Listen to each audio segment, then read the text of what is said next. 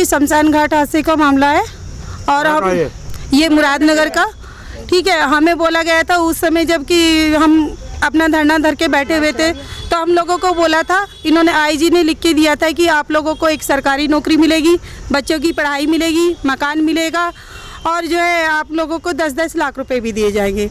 हम लोगों को केवल 10 लाख रुपए मिले, उसके बाद हमें कुछ नहीं मिला। एक मुझे मकान मिला है, वो भी इन्होंने पूरे जंगल में दिया है जहां हम रह नहीं सकते हैं। अब हमारी नौकरी की बात है, मैं एप्लीकेशन लगा के गए थे 8 दिन पहले, तो हम लोगों को बोला था 8 दिन बाद आप लोग आ जाना। आज हम लोग उनके पास गए हैं तो हम लोगों को बोला गया है कि सरकारी नौकरी आप लोगों को नहीं मिलेगी, आप या तो आउटसोर्सिंग के माध्यम से नौकरी ले लो, कल ही जाके ज्वाइन कर लो, या फिर आप लोगों को संविदा पे नौकरी दी जाएगी। संविदा पे भी आप लोगों को 11 महीने की नौकरी दी जाएगी।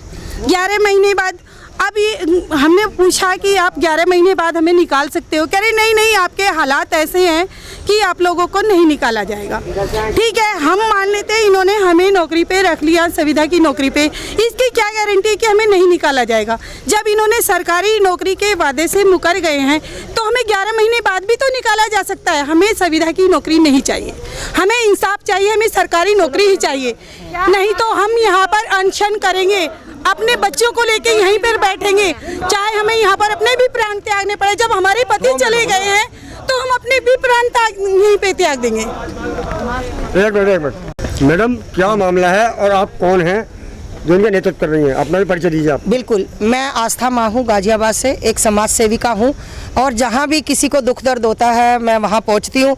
और 6 महीने पहले मैं वहाँ गई थी जहाँ पे मुरादनगर में, आप लोगों को सबको पता है, पूरे विश्व में ये खबर फैली थी कि 1.5 महीना पहले बनी हुई छत, 1.5 महीना पहले बना हुआ एक बरांडा सा, जहाँ पर लोग संस्कार कराने के बाद पंडित जी जहाँ पर लोगों को खड़ा करते थे, वहाँ पर इन सब के घर वाले बहुत लोग थे, पर ये लोग उस गांव के, इसलिए इन लोगों का हो गया, नहीं तो कम से कम वहाँ पर 100-150 लोग मरा था।